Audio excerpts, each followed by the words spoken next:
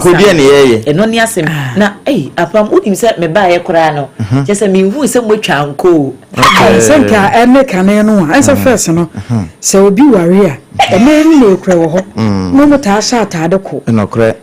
Nti ne no minim sa nu we minim so tie bia Angelina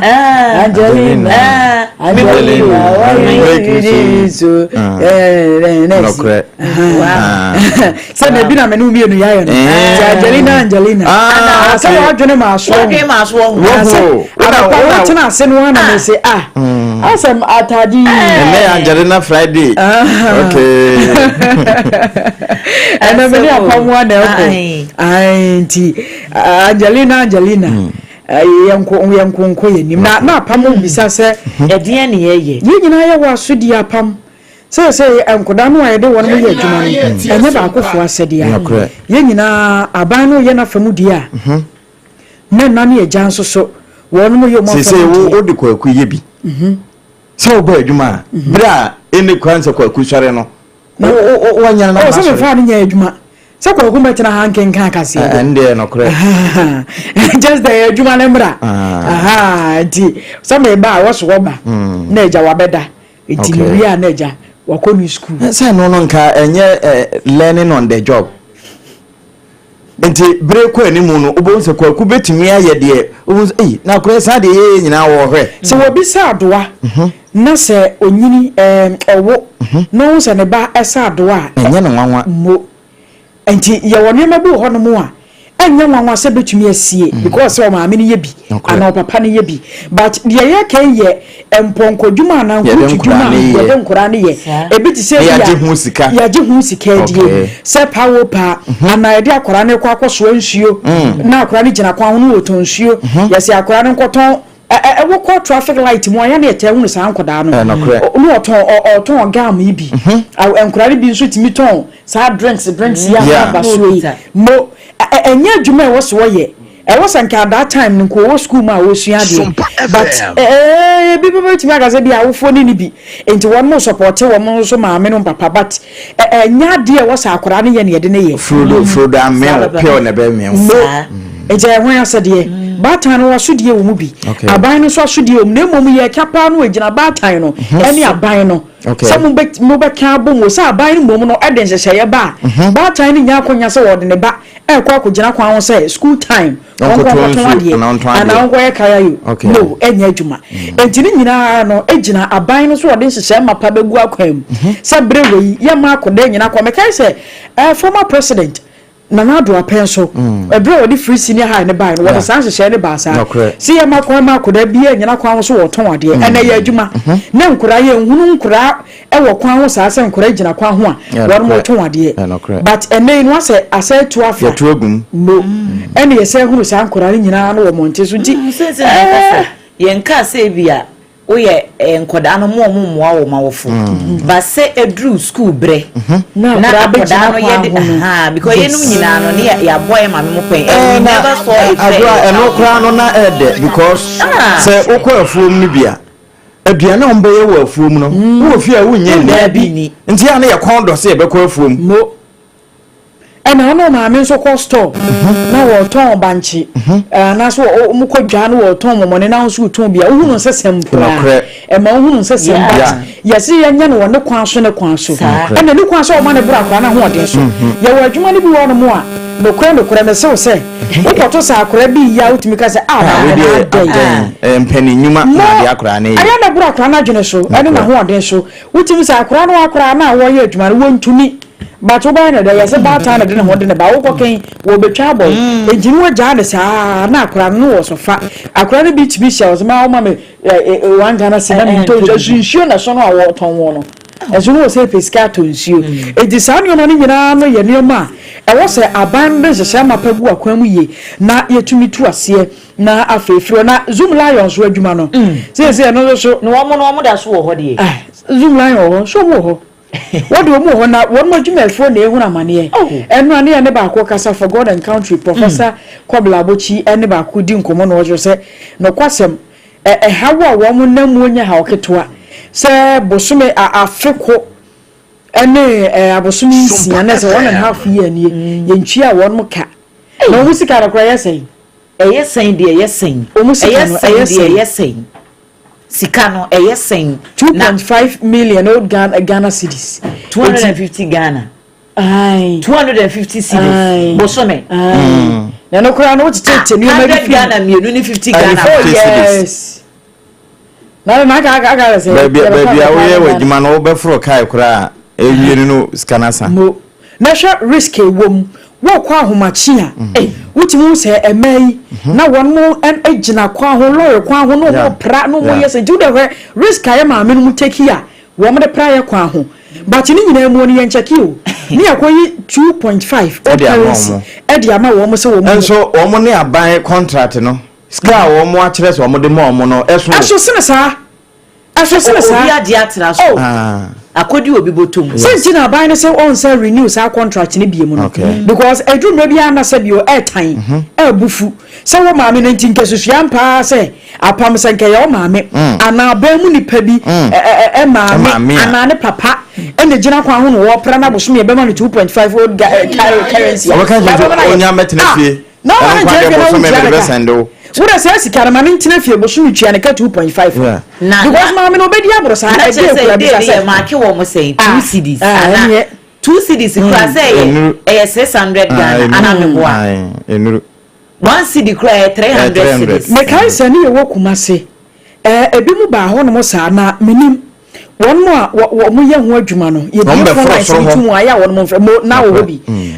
ye bi phone lines ni tumu aya mo correct ye se chesa na se chesa na won mo no kire se won mo ba ho den time no no mo kire se won mo pra ye kura no ene won mo uniforms na no mo se wo blue ayi bi no mo se no o ma ni tuaka mo ye ti free se sika ni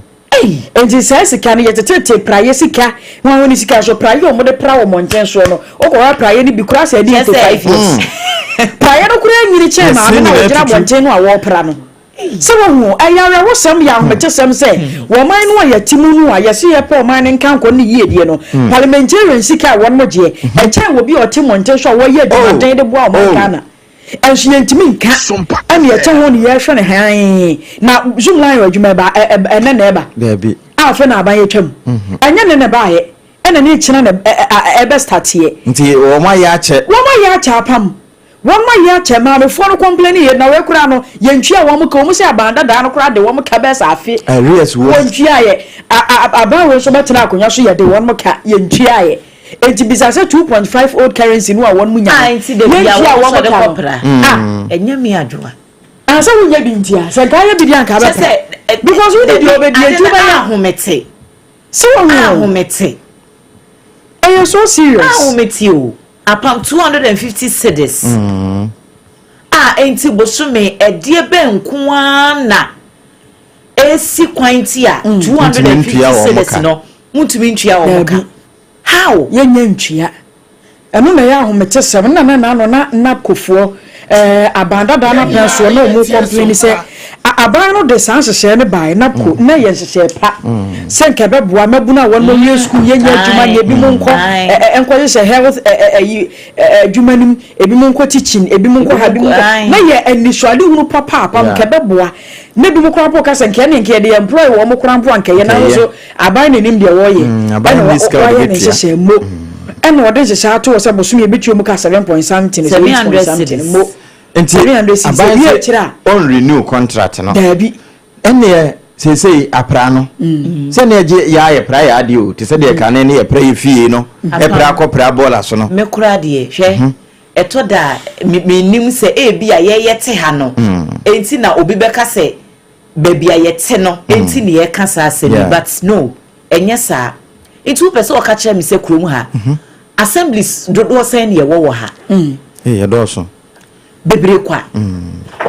uko odi ye fa ne constituencies kura e buru 200 e wo Ghana ha etu pese o ka che me say assemblies ahodo a ye wo no ye ntimi cleaners enimu bebre wo assembly for the ho ansa zoom lion de naba enti assemblies for ntimi take care of ebia say ladade kotopon assembly we na area babia she assembly na sibia no won be take care of ho na assembly for so eti ya krom hand to minti obetimi atepa enunti na operation clean your frontage eda asem na na pra wa boboa no be pra gata na eda wanim ho no be pra be pre eti bia nkran ha emefo ntimi ensure say wo sori anopa nya ya wodo a ye bie shops ne obia aprapra nanim yentimi hwe na wo mo mbe yeduma wo no assembly na take care of store no be ba kura na zoom lion for aprako no asan yiwura na ba be gu abonten no ton na ade me wo say asade nti na zoom lion for ya dwene ya ekikaye no eduruma bi ya na airtime chire chan gisa ye fa nkenya de bone nti man no nye aban sesan na ehia o ye hia dwene sesan wonderful sachira apam yonko na aja wudi akira obeka ma dia achia ma wonu munto so nyina besa ai nanso so so edika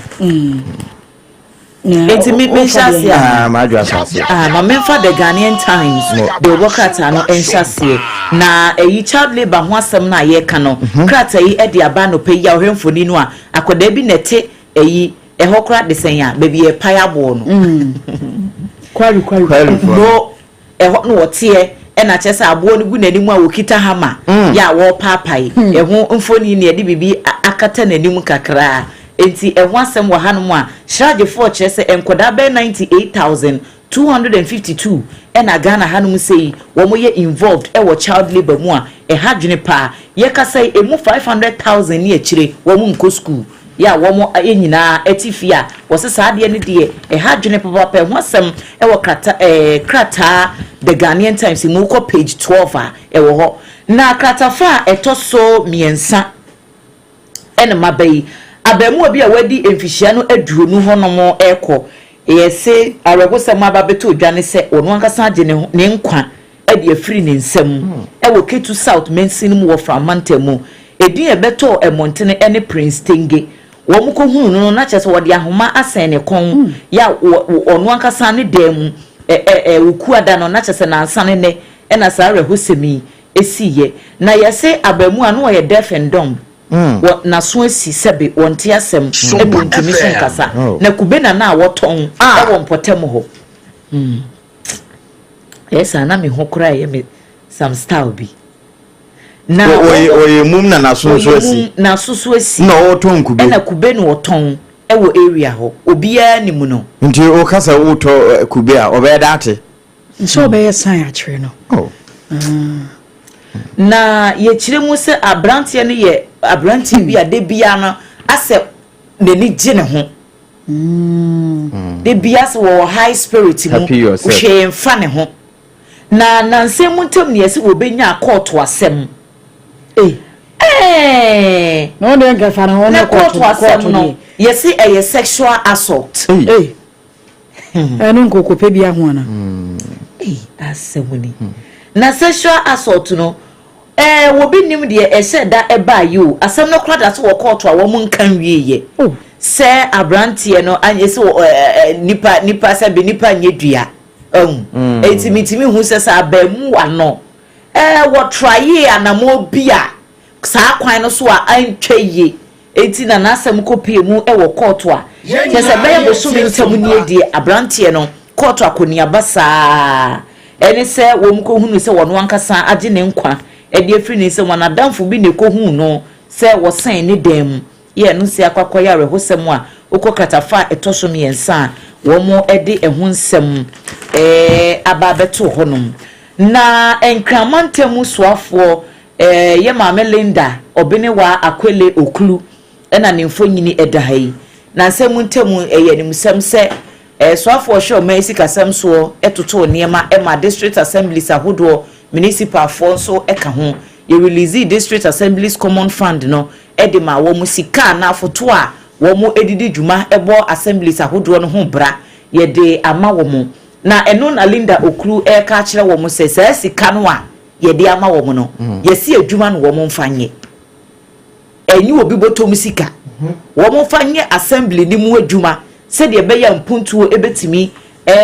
akosoro ewo mensiri eni kropon assemblies ahodo no emu wo mo se sa na mo yi a wo mo atui eno no wo mo de be asese wo mo se ebre be so na wudi si ye be maintain wo a an MC wo besa to wadwuma so a ejina we so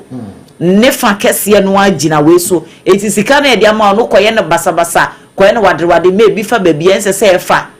na empuntuo ni niam esese ye di sika ne ye wan fa nya ene ne hu se you one kasa you are counting your days in office wa ha assembly ho kura wunya enkonkotena ho biem nwa begi sika de aye de ope ehu asem e wo hanum se ya onsa soso a obetimi akenkan bi NCA fo nso radio stations ahodo ya yekotum mu a o mampani e de ne nan atiemu se wa mo emfihia ena aduasa 30 days ne nso oben 30 days no wo mo hwe no wo mo fa ni hu dwumanti Sam George ya wo yeso afo da nkitamudie aso ye na no no ena ne mfonyini eda hanom so a the Ghanaian Times the Bokrata no DB aba anopei ani me for daily guide the Bokrata no so ento asoi na daily guide no obo amani yi doctor was say ya woduchim ni mfonyini eda ha ena wo che say America man no wonu mabona ba so ye papa se papa no nwumanim yade e konkan na ebra ba kira akonya se education minister sene wototo nioma no na nyasem keto makura enti wonu mabona ba so ama ne ho abasobode a eno eda daily guide Bokrata no animu na mampani ye Roger Dramani Mahama so ni mfanyini da daily guide eno so we wo man ye se me na me president ahe me ye mia di obi abeka bia mo se mia why Zoom la your contract no a wona mo wono se wo mo contract na expire entie say renew biem ye renew biem no ma ba brofo ye so ama boso me so ma ba ma adehye no 2.5 sene se wunti ye no an se na amen na we kura no o mbe peg me ko foforo sene na no na nipa bi no mususuo se Zoom la no ye nguno no ye mpe enmeko be se me ensa ne 9 ka wo mo mo ko basa no a asa ba akofo we anu aye pompos ohunu say ye wono nko anti monopoly no di open wo ye no ho sika open wo tua mampanyi sa de no ebi si bie watwam ne maye to so mienu yi wo be ma so down se si a na afa radio stations ne so a mampanyi Adom Aboa na enei na nka ye tutum nso ne wo se ye dwentwa so kakra no emu so ade eda ha na enei National Communication Authority NCA for HSN ye wo mama mo na fuan makomako aduasa 30 days se won mo fanya won mo tutu ye na retired nurses no apam mfonyini bi wo ha se ya enika kwa keke se mrewafo ne kwakurafo bi didi so ha se ana health minister ti akonya so no ze wo je onkrata wo ko 37 ko honom na ko ayafo mugo wo ba ko konfa no chi ko Trinity eti ya chiche adwuma ma wo mo na ya dwubi wo mo di wo ma beto ha se eno so mu mfonyini eda ha yi gara ya be so mu na se wo ba ahanso so a wo bo amania anopei na wo ka plane crash no a India was so asie no won abo amania se nipa be sa ha nu wo so ya chese won mo afrimu a enya asem de kura ya no so wabo mu amania ti die daily guide de Bokrata de na ba kwa me di twam wo TikTok no so a e free lockdown ni mu de ba na branch e bi te so no esi won kasa won tenta shuo won home chese won na minim se mu ya o mu anu aba ne se no ABC no aba ne se mu ayese wonu ni nkore wonu wada hoyi na America man se na ne nkrata anye Donald Trump se we deport no o pense mu bi ani Italy anti wo mpense hunu bia baba wonsam wo grom wonye na America man no so nya na baba wonsam na TikTok no so no wo followers pa 160 million followers nkwa wo mu di na chie na baba ne nsam kire wo anti Donald Trump se wono no baba wonsam anya okuro na kwa baba kire o mpanimfo So obebe bia no so na ho na asem bi na mase. Oh yes, so watching the video bi beto ho. Like video na yewie no abeba na nsem say like obeso say ase e say. Aha. No abeba na nsem won kasa on tintaso ho me wonya hwompo. Edi be drop say ansem hunu no. Wonso so ko nti. Ko gro na ko baba wonsem. Firi mu fia. Na doctor bi no a wono wanya doctor no a wode no ho abɔ no ho safo hene so wo doctor no na no na wo adwa doctor no yes 30-year-old man no wo ka so ahɔ ai so mama no baby 100,000 Ghana cedis sika won matwa to ne tiri so no nti eno no mama circuit court kura ai Accra Circuit Court na ekoso asetena na won ma hyese abranche won ma band bailey nti eno so ne kakra ye free over Frederick kwasefua ne de eno no daily guide the worker cha no ne de na mo ene wafa daily guide ma memfa new crusading garden so nto aso na wo hwe akira se de mampani ama radio stations bi ese wo mogu ahonkoko no wo de sansam na ba beto akire ne so so afọ hwe nkuta hodie so se wama wo mo nafu aduasa eno ehonsem edaha eno achi constitutional review committee wonom ahye wo mo dwumadi ase ya bosumi mu no enkomo bia ese wo mo die efa ye mra ne nchiama no ba bia ho aye dada wo se ye pone totwene na fi yitimi twitwitwi ema bibia ye kama no eno anopai krata new crusading guard wetwa ede aba na ufa krata akoro na nso a wode boteman asem esi ho langard ho nsensem bi ne emu ehwemu wode aba beto so se NDC chairman won potem ho ne baba mu a yabo ne din ewom eno ena asrafo bi gina akire ya ohwe koku bi etua papa ya no a anopai new crusading guard unyanya anaso okoye online no so oko Facebook na ko bi mu a obenya nsem ne nyina na eja wakenkan America mampani Donald Trump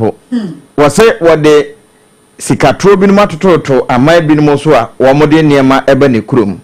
na China for de se abibimamu niema ye de kwa amanone se ifiri Africa na ekonkwa wo mfa ka prento so enti eno so wo mode aba eno no ya no pay ye boso edupre no a ekonya class be se ni tete aduasa bra etwifiri India no eno so wo mode aba beto so se nipa no bebro ahanu ne aduanan na wo no mu wo mu a ebinum ati na nanom won se do nipa baako enenya ni tiri edidi mu eno so krata no etwa ya wode aba betum na saa krata kro ya nso na wode aba beto ho na wo chese Ghana movie sisi de ne kra akora yira na we no veteran Ghanaian actor Daniel Clark na e kan asemi o sisi ne kra yira unya fa baabia se de kane na nke itime tena kasafoni ho na ye hwe Ghanaian movie no ene wu hu ne saa enti eno nso da ha na kwa wo se won mo fa so no empanimfu etie yen emni sese tie bia ombewuram yewura be ku Santana ene ne dom no nso de wontiri bese ho aka ma nema atime abamu yie na wode woba pa Selina Boaten wode nemfuni aba betum ene wo chese wonu ba etu nyamenyom asofo ayere nom se ye ma wo makwanya pa ewo aware ho se obi anya de opa anka dodo na beja aware sawo given the chance many pastors and gospel singers will opt out of marriages that's the sense wo ho papa Selina Boaten Selina Boaten na eken se woni no ai woto gospel nti onini ewa hunu na anopai wo boso asam no ba na ochwetwetwetwera na enkyera na de akoto asofo de ono sofo maami fom no kire say nyasa maketwa who counsels the counselor amo who counsels the counselor ai asemu wo kire say munnia wade ni no asa gentility home cry ko ni emiya ba ko me na sa se ho the boss adwumo no ampon ampon ampon the boy na Yeah, so for me, so for the na pure into we appear na the so for ya na say obon nsem na ya te de obese o mo ya so nkonkra fa no wo e zo na aboa na ni su nyina ta no oba akofo ho na o ka kire na ne ya sam ketwa nti eno nso ho nsem eda ha na anopai over new crusading guard secure sanitary pad wom nice trend pa na obasimafo na wonom sa menstrual hygiene day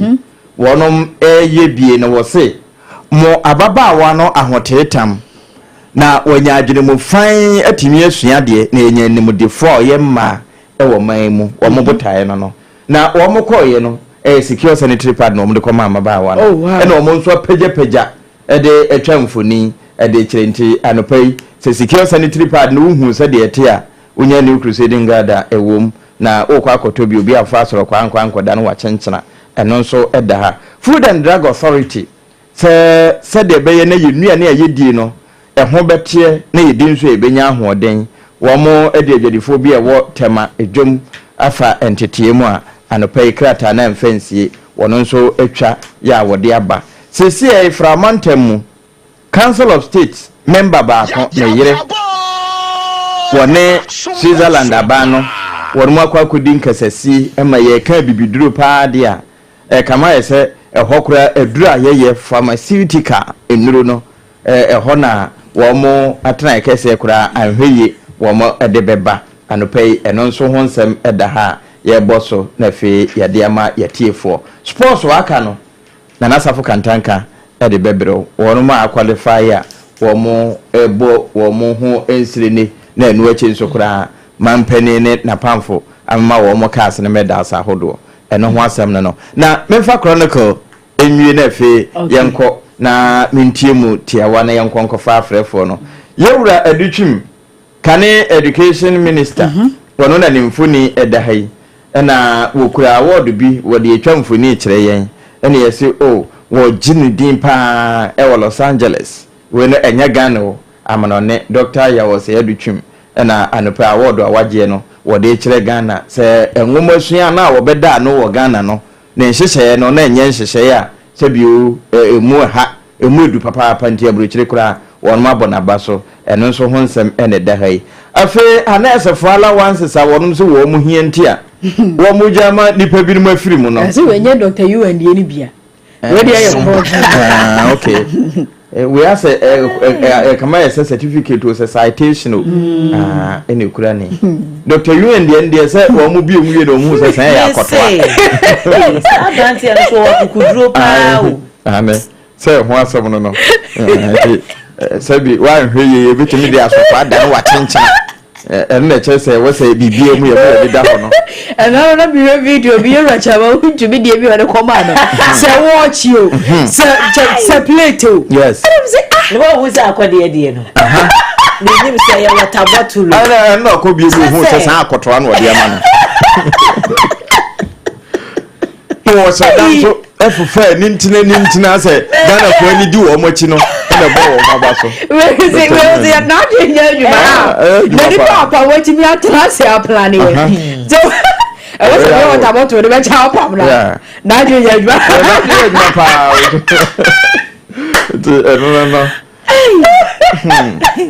and yasum kuto na ma ko num se yewra minta kandom foni ne da okay e wo chronicle mu ene wo se na nesefo no de ntie binum tititi fe se wo mu kwa adwuma ebi ko wo kura wonya ne obeje na wo a na no school ni headmaster office no ko wo moje yensa body allowance funeral allowance necessary ai wo mu hia no kura ni ne ebokutu dem pa 588 million funeral allowance abayin tuama na omoko yi a omotumi abonsonwa apam nurses demanding 588 million funeral allowance from government. Funeral allowance ne nyens wa body esibia obi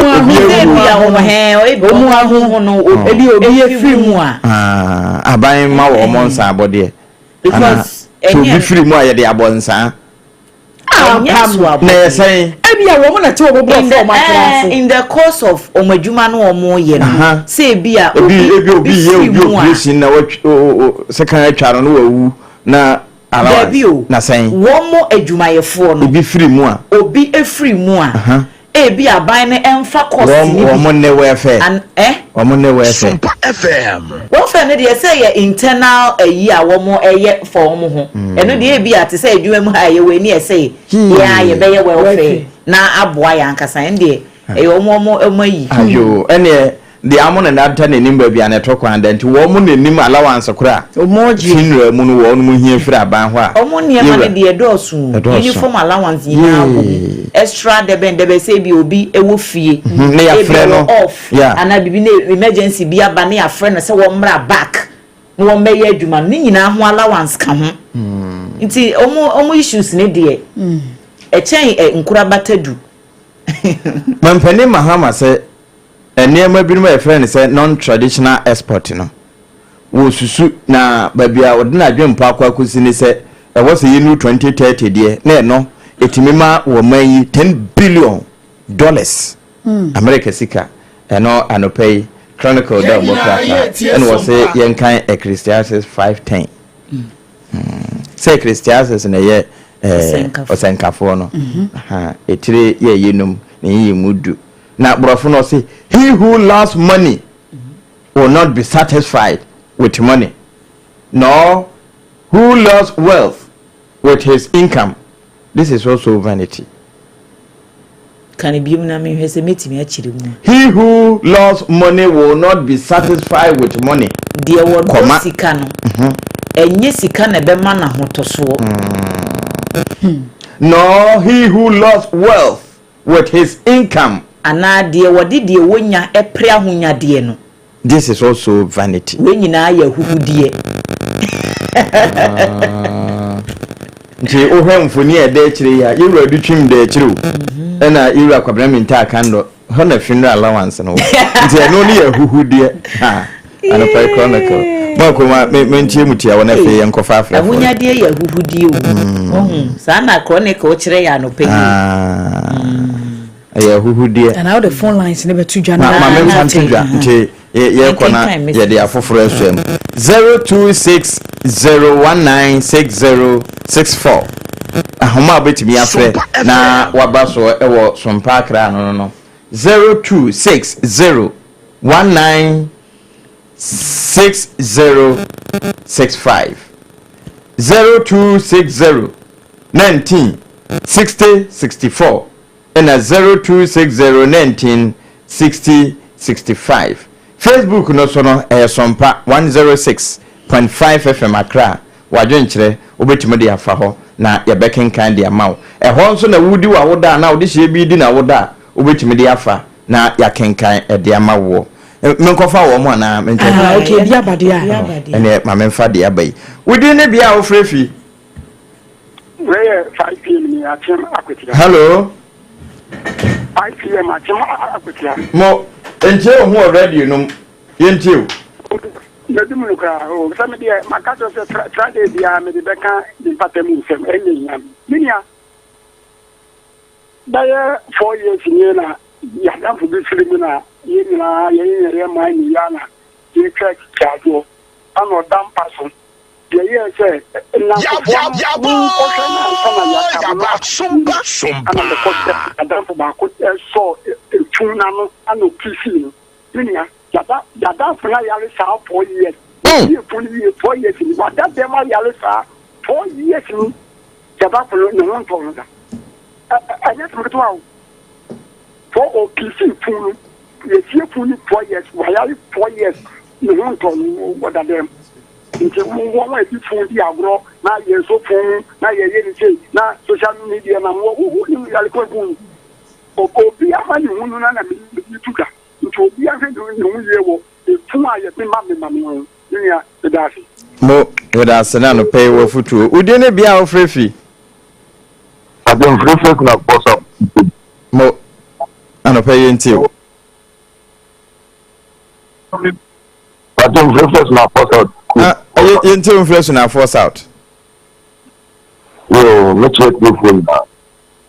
Na my sister is Zulayo. Aban so. But my sister is Zulayo. Aban so. Now when you 6 months, I'm sure kada. I'm not sure any Ometua. Na mom adwuma na ontime ne company ne nya adwuma bio. Sompa FM. Nti de atia kan bia no Monsabeka na mom company no sɛdeɛ wɔyɛ na adwuma fa sɛbi eduba bia ya na ogu aban ne mu ase. Ɛne nti tintontan wɔne na gya adwuma yo. 0260196064 na 0260196065. Ye jwadwen kire ewo Sompa 106.5 FM Accra. Na mum ye live ewo Sompa Nkransa 90.7 na Sompa Techima 106.1. Sompa Takwa 101.1. Sompa Takra de 103.3. Udi bra ofrifi. Asem sechere. Mo di ni yentio. Enyinam yankwe. Okay. Ajaba yetio. Na ka me bisu se enwura no enwura emmen yedodo. It is enka we ma it is enka. At start for it is police for na no come na mkoti wa ka de ya to eyi no fo no. Aka acho. Yenina yetie Sompa. Because the one more divya no or the kamuka with divya no attach no. Se zumi da yo ho. We bibia no attach no. Na phase no. We share the condition overhead no so a. Don't say I'm ton near man near the adini krumia the ade. E so mu ye pepa mo mpla. Mo ja ni me go. Mo ja ni me go sa anti me kam su se ko di go a. Wa wo to mo de go na wa wo ton. Ma e ni sika afi na ba do control abini tim. It's come yen sa ya ke ma krumu ati because sika ban state e fa the system and do no do. It is like a ma ko forbidden nam krumu wa wo de e bolet but na so wa wo ton ade wo kwa ho nya de adumi wa mpla ne sa so mu pe pa e ka poka kase ke wo bia e den obi asuru asa ye jani na gu asa zumi la yo ne ada bia e sika de system and do me hawro Mo ajaba ya da se anopai ene wo de onso betimi aba mu bi 0260196064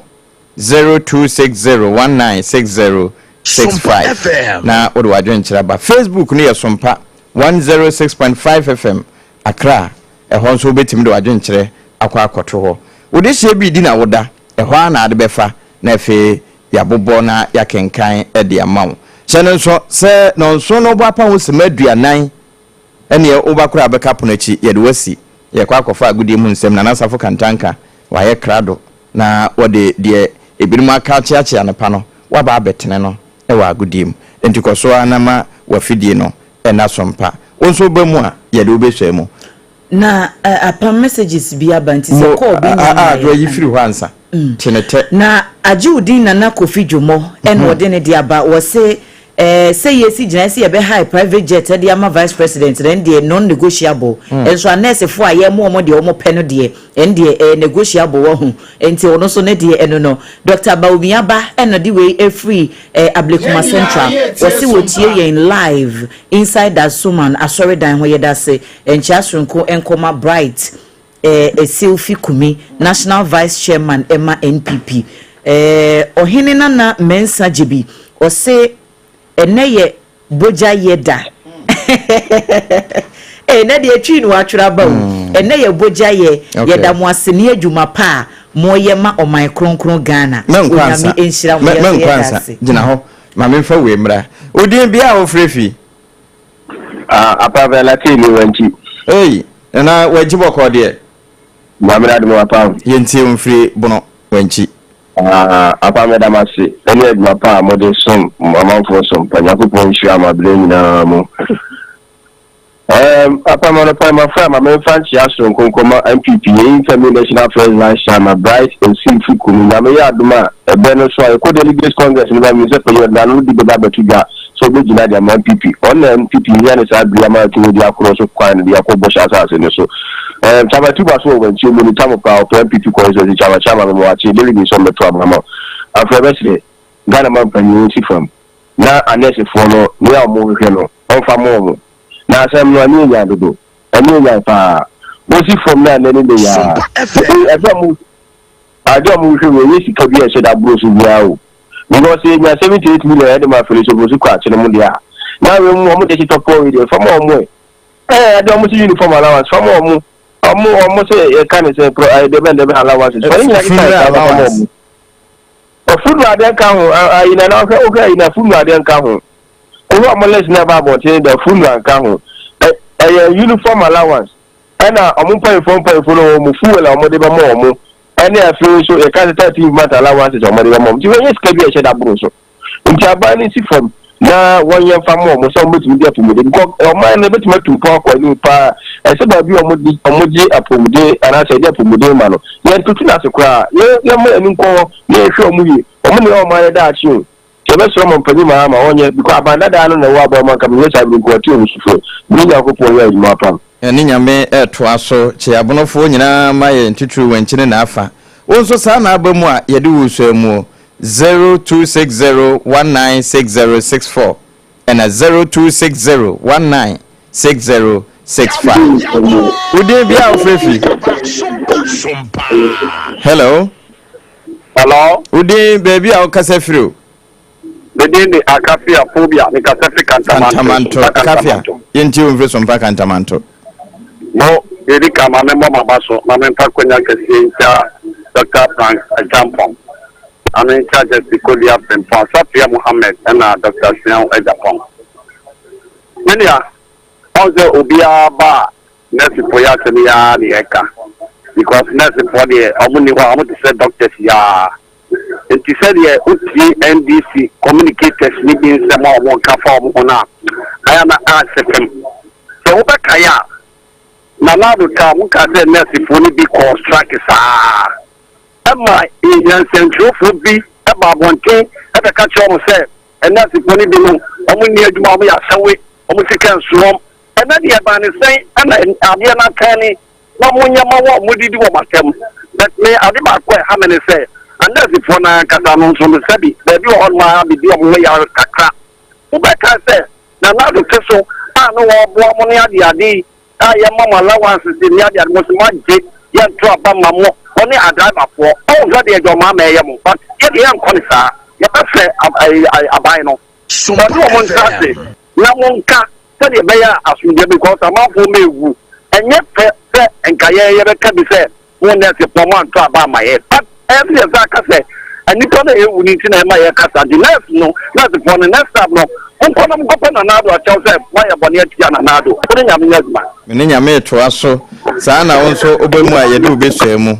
0260196064 0260196065 mefa ba ko atwato na ansa na no majo ate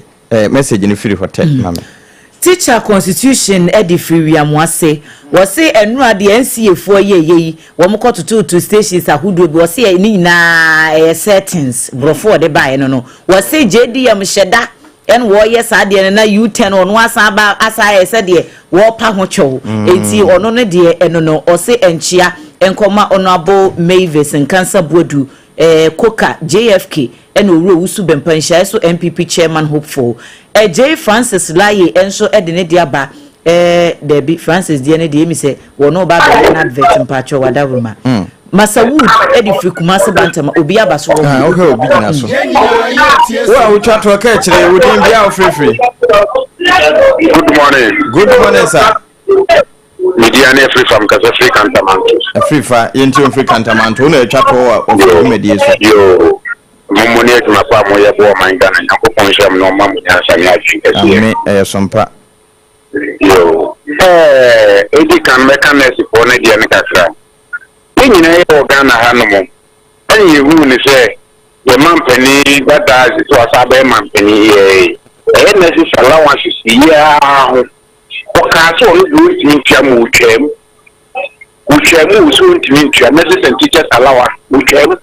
Nanado, Nana Adudanko for the name Pishpai, and Womusadia Ibai, so Womubetia. I know Mukuso, name not a cowum. And the young Mahama, yeah, that Ghana for and the moon is the voice of Wapaman, Namoba, Obey, Mamo Pepe, and Nadia. Penny and Pam to Abamanuma, Nimo Nipo Homa Wiska, what side now when you have to go to Nancy and Twabam from Mamo, and Penny and Pam, Twabam man of Quado, and me a Kufa didn't get it. Now what Twabama do from Naswaba, not a more allowance, not what you but when the problem media and to a more side. One more, or not looking at them, necessary allowance don't mean here. How will you be Palmer? And the do bet you possible phone Tapa do bet you. Now, so that you want to mean Chiapa, not also won't you. And there no one allowance now, or almost a dear protest no more. Media minute, your friend says, Minister Ageni. So almost a more year to Ma, woman cover, allowance and one thing or more years later. One go for what Brescias and Magma. Maybe I'm not coming to be more. Next time, not more you become no matter. Matter to be yes, Abino. I grab for yes, so many friends become one year to Ma. And my woman said, I have Prakadama by a big by, and my by no mobile. And for so be a muscle. They say, woman, name, the idea of BC Castle. They say, woman, Saba. Not the no way and if I saw them also the only and so be it and was money. But then the idea to said. So one day, when I say, "Cause you break it, you pay some one on." At the end of the day, it almost be just done the hard way and penny for to BBC. I just wanted to send you the power. What idea? The Uba say, what ticket? On the police is now such a point up in also, almost be a figure. It is almost over for a moment, you almost market the man. The criminal will say, Ganodia, and yet more. But I say, I know what, dear. Yako. Yako, messages naka tupe. It's a mini Masawood Edifu Kumase Bantama was say aban governance a serious business. It's more pia engaging and throw any cheap propaganda. Was here no the nya de beboa wo mai kra enchia enkoma kane KM boss owura sampine. Engineer Shama enso Edifu BA was say enchia no woto ede amane Captain Quasin or a director e Watakra Deport NFA Onyanfo Grace Ayensu Dankwa MP for Esikado Kitan Kujokrum Abatuo Empeswa eso enti messages kakra ewo ho enono na yemfensi me hu se Safo Safo Akrado wonderful awa bejina mama ko yeko Friday yenkwe see you kwara and your friend is saying this is our own. This is our own. Wonderful. Let's cherish our own. Wonderful. Yes, sir. And we know sports no na ye kona ye de ni nyina da atwa ba bia wo utie yembia entika ho mo afidi no ena ha na de wo edosom mo no edosom papa esene pi no na nim de nti asompa ne trend no afedi sompa no trendy o. Sompa is trending and trending and trending. Trendy pa. Edino kwa pa. Enti ya declare say Sompa is no more a new station. Enye new kra. Because we must see an na bembe ya haja bebra to we baby kra. Yeah.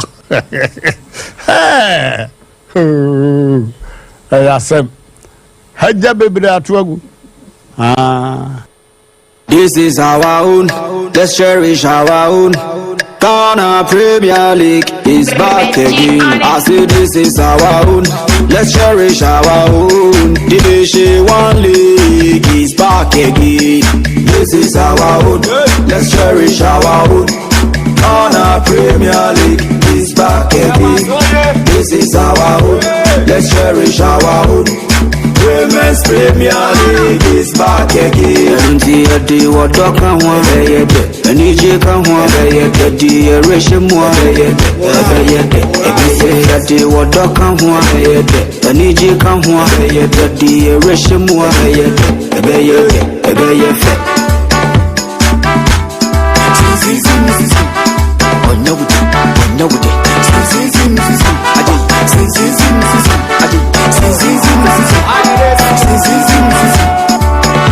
Since the days of Baba Yara, we've been there. Take down our Premier League.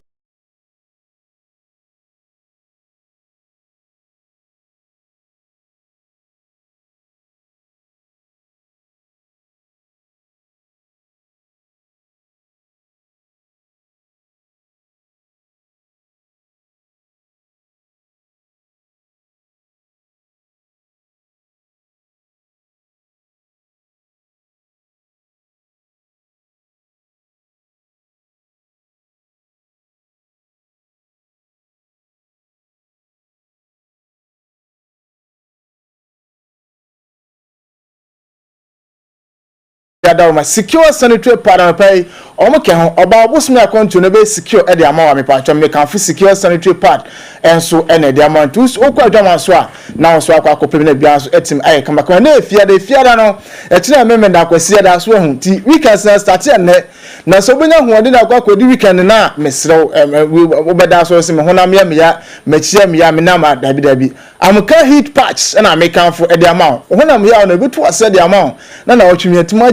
Monday as new week na pesca yes weekend is na sa agye so nti make form ka heat patch na ediama oduba bia ya bia no wote bakwa na oda papa na da ta hono base manum ekodu so bobo kama ejaya na no watch yes no na weekend etima enjoy kama 0599820297 kuma say after the pharmacy panacea pharmacy dan farmer omunya so e ho ma watoro mo ma san so ebetimi akami na bia so etime kama we no bo afọ no poma so asna ye de agudemu nsem no enso so e de eba na just start fan free efisem no onim se enu a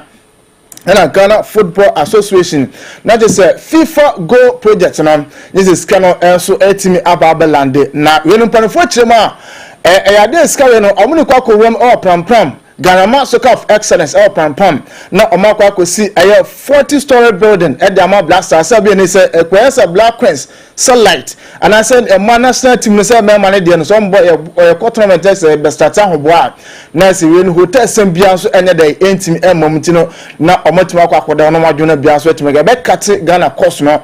say national teams no e ahoboa camping ade no Ghana hotel base na e was 20 for 40-story building omba be si na say any rooms omba be si na say Ghana Soccer of Excellence say Blasters and other national teams so moba no matima akwakoda mo so na pedum sem e ma yeti for ojumade so na onim say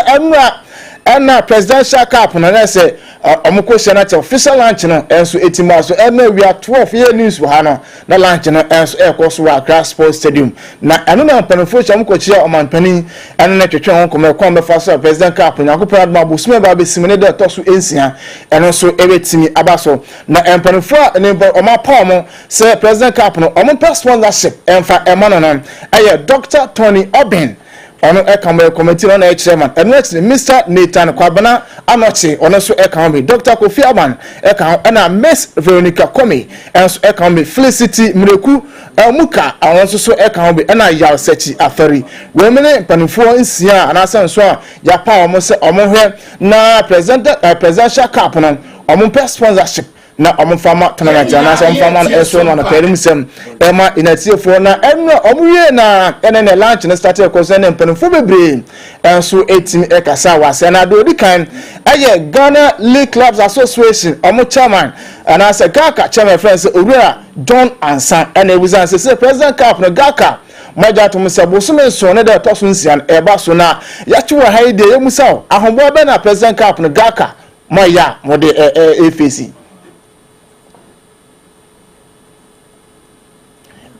and say Mr. Jonathan voice na ready yanto aso na Mr. Jonathan voice na ready na ya pe na ya ma motive for na no pe enso na bia so etim kuma na efo na ewura mu na yenko bekum Chelsea Obed na na kwa minketia ona bekum Chelsea team no enso ene dia na yebusan se na se Chelsea season no enso etima de yatete some players no kwa do na akono so players no de be se makoma ko ensia enso ebetima fi bekum Chelsea enso de akona mum omo ko no eyere yanim se Chelsea de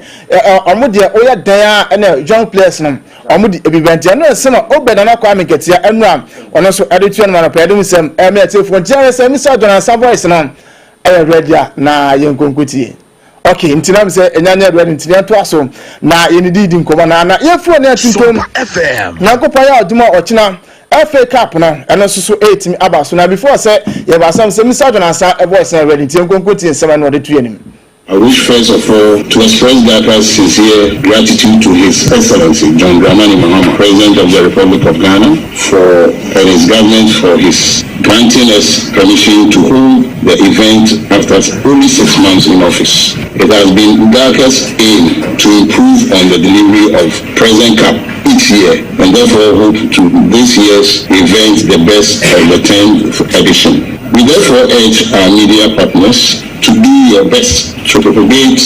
this gospel of unity that the present Cup brings to the nation, to reap up people's interest, draw them to the stadium as expected of you. Dadaa has a collaboration with Suka Africa Sports 20 in the area of sustainability and recently jointly attended an international forum in South Africa. We believe that our partnership is to introduce green football to contribute our quota to the government green economy as sports people. I wish to conclude by thanking all present for bringing part of this prestigious present ceremony. I wish first of all to express Daka's sincere gratitude to His Excellency John Dramani Mahama, President of the Republic of Ghana, and his government for his granting us permission to hold the event after only 6 months in office. It has been Daka's aim to improve on the delivery of present Cup. Etiwe sama Ghana League Clubs Association omo president OFS say Tonansa eretu yanum na no si ya na communications legal affairs manager na Kumase Asane Kotoko lawyer Safu Duku Esquire and we say Kotoko mo ja tum say president Cup no bo na lawyer mo hobo amaye no enso say the greatest club in Ghana is Royal Majesty Otumfo Osei 22nd, the IMC and the entire Kotoko family. I send you compliments from the greatest club. We also thank the organizers as usual for inviting us. Of course, Kotoko has been a regular participant in this competition. I don't know how this competition would have received the necessary attention without Kotoko. But there is a fact that you can play such a match without bringing in Kotoko.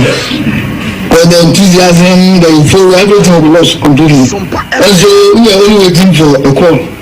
But we knew that obviously we will come. As for the outcome of the match, even our opponents can tell you that for 5 consecutive times we have made them, we have not even recorded a win. The last 5 matches have been 4 wins for Kotoko and a draw for Hasbro. So the outcome is clear. But why wouldn't the organizers have invited us? Our contributions to Ghana football are unmatched. In fact, for purposes of the young ones who are coming into the game, let me remind you of just a few. Because there's no debate as to the greatest and the best club in the country. There's no debate. The gap between Kotoko and the other clubs is like from here to Australia.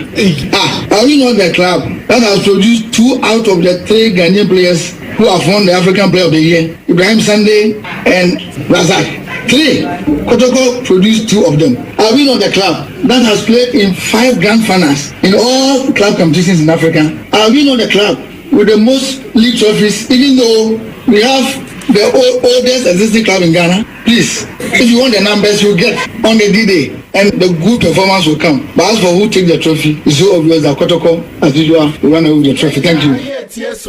Etiwe sama na is a lawyer Safu Duku Esquire and so eretu jana pedum sama etifo na Kotoko a big club e kromasi intino nensema ora ka wenyam nam kono a nanu ma se oda tuja ntiafu na ntutomo kwa me opare ado no so e kasamafo edema glorious has folk never said that no pa na ebuzan samo so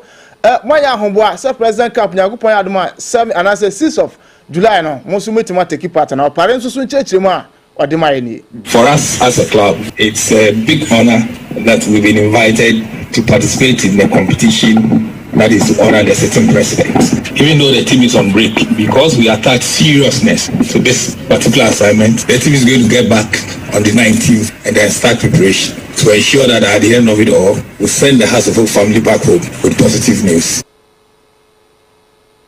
Where Sama Kwame Pareado, Kasama for the Master Folk, and so are to do until for an Antonio Kuman FA Cup and 8 Mabaso University of Ghana Sports Stadium. Now Kumasa Sano Kotoko and a golden cake and Anabana and Benefuchema Kotoko legends and House of Folk legends and a cattle razor. And so everything Akosua Sana main game cattle razor and 5 p.m. and Sano Kotoko legends. And it has to folk legends, and also everything about Swana Pedum, some unity for now. Much officials, FA Cup, Airbason, almost bit my office, about company for Ediaba. Refi Salam, Yao bless, on a best center refi, Asala one, Aya Por, Atimaka, Asan line 2, Aya Theophilus Akugri, Asa and as a 4th refinum, and so Aya Latif Abdul Adari, or no any 4th referee Pedum, Emma Tifona, FA Cup, Airbason, and a coach Karim Zito. It was an Kotoko Maya ready, say FA Cup, and wait magic. And there's in a sense, say, Muko do fanas. Na FA Cup, Nasa Mushia, lower tier teams now. And on mom tough time, Coach Karim Zito.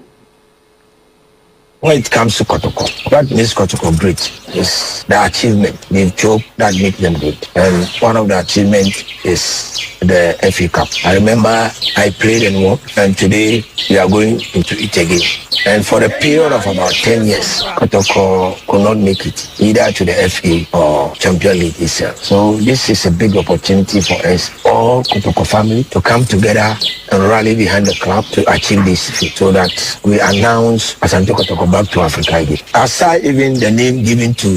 the competition itself in Ghana, that Obiano, it's the name befitted the game, the competition itself, because all around the world you might see a smaller team taking out the bigger teams. So it's like the younger teams use the intrinsic motivation to play the game, the desire to play against the bigger clubs. They motivate themselves while playing Kotoko, while playing the bigger club. So that makes it very, very difficult. So seriously, if you don't change your approach and you do the normal one, you will fail, because it is not easy, you will fail. So that makes it very, very difficult,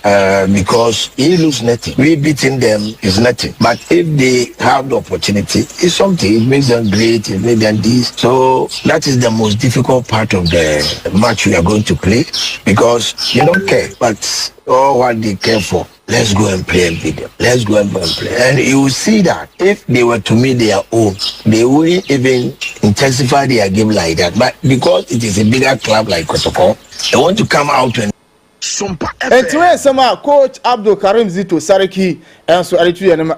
FA Cup Evers now your golden cake. You are the Evers University of Ghana Sports Stadium of Penino, Edimusem, and so at na Yantin Tom, Naning Komaka Patin so say. Na Patechema Oba Blasters and the position I am not Obono. Uriel said Diego Simoni. And I have gotten into your home. I say, or Tibuanas or Bana, Coach Friends, Master, born no more who only board the Amatimo. And my sister, my boy, Messi sound. Next time, do but drop to Aquachi or so about Blasters now. The same thing, and I know person any other place now. And so, you intend some party to you. I think the last season in Atletico, because the coach came to me and he said, the team needs you, but you don't need to be, one of the best on the pitch, trying to keep the ball and doing all these things to make the team work. You have to give the people in front of you the free road to win the game for you. So there it became part of my game. And then when I went to Arsenal with Arteta and everything, when he made the team, he always say, okay, you have a lot of good talent up front. What you have to do is a way to give them the freedom so they get the best out of them. You may be in the shadow, but we as a coach or as a team, we know what we want from someone in that position. So I have to adapt. Sometimes I go out of it, but most of it, in 99% of it, I'm on it. And then it takes me the same to the Blaster. When I see a lot of kudos, all the players up front, I just want to give them that stability and that freedom to be able to, give the best. Thomas Tai Party, and some, I don't know. Na Nagupoya Aduma,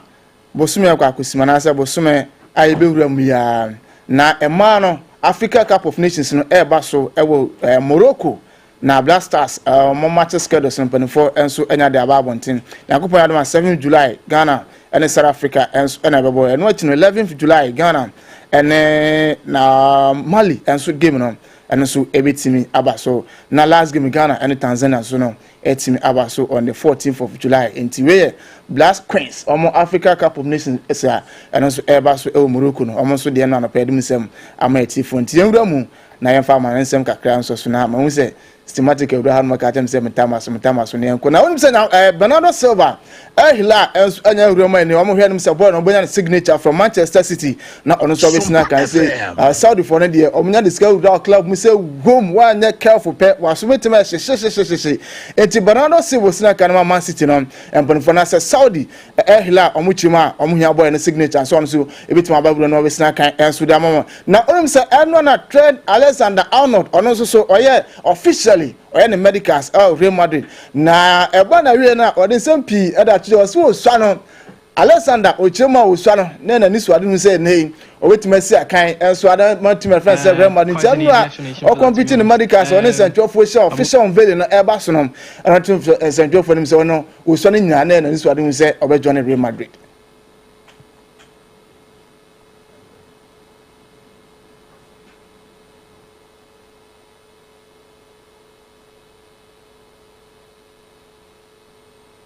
Easy, Trent on the back, be known as Trent. That's my name. So na yem fan say no do to fam atifo na onum say reference Pep Guardiola echima na ni situation of former this season our team reference Manchester City no na Madrid and asa Barcelona and come up na City kura say Madrid na Barca de say season over start na na ma ehda enkoyi na ohu wo twefa obo say was say Madrid and asa Barca ya dan company for so ebitima pon di we say reference Pep Guardiola and so eda to na pedum sem ma atifo na uremo tora special coach as opposed to Kogru penifo abonasi to na enra and officially o reference Thomas Frank and so penifo enya dena de ona be next season obe manager e da team reference Toronto special no pedum sem amati for na yenti Arnold ne sama retu after so official unveiling no and so it me ba so. Buenas tardes a todos. Good afternoon. Gracias tanto al presidente Florentino Perez como al club Real Madrid. Thank you, Florentino Perez, and the club for this opportunity. Fichar por un club como Real Madrid no sucede todos los días. This doesn't happen every day. Sueño hecho realidad. It's a dream come true. Estoy muy feliz y orgulloso de estar I'm very happy and proud to be here. Tengo muchas ganas de enseñarle mi juego a los madridistas. I want to show Real Madrid fans how I play. I do realize I'm signing for Real Madrid, the demands are high, but I'm going to give my all for the team and Real Madrid fans. Tengo muchas ganas de enseñarle mi juego y I want to show those fans I'm not sorry to that into sorry nyane na niso anu so be Madrid destiny anura no officially unveiling this wetin about say na niaje papa ba say no wetin join Madrid so na pedi mi say mati for na wa bna so fa ba ko so so hu na o chema yegusa say na o shirt na chire du abi no na Trent Alexander and egu achi ne say hu so Arnold abeka na o chema ba bi oboko bia no obi a odin a wode frɛ no. Quite an easy explanation for that, to be honest. I've always found when I travel to Europe, the whole name situation confuses a lot of people. As there being three names and a double-barreled and Alexander Arnold. People call me Arnold, people call me Alexander, people call me Alex, people call me Trent. There's a lot that goes on, so I just thought, let's make it simple, let's make it easy. Trent on the back, be known as Trent. That's my name, so that's what I guess people will call me. Enti we sama Alexander Arnold anso edi tuja na pere musem ema inati fo jumade so na yewura molio Ferdinand so aswe o legend edema Manchester United na Matthias Kuna ese enche bia na Manchester impanifo no boy no enso etim awiwe na o chema sa boni nya bewura mo man use kukuro Rashford Jesse na maten no amfama Matthias Kuna na wo shege sa boy no boda wo bo ngano no to ma o boy no ba na niaje papa nti wo se boyfriend say Matthias Kuna e bewura mo man you a Jesse na maten Rashford Jesse no omo fa man ti we ensema Ro Ferdinand enso e da to no pa dem nsem e me atifo na enya I ready enti ensema Ro Ferdinand enso re tuja. He's one of the players that I mentioned a few weeks ago. If I was had a shopping list, he'd be on there. And he knows the Premier League, so he doesn't even need no adaptation time. This is a huge factor, I think. If you're going to go and buy players from foreign leagues, from places that players that don't have the experience in the Premier League, there is always a risk. But he has the experience here. We've seen him here. He grew up a Man United fan. He was Anderson. Shout out Anderson. Anderson was his guy.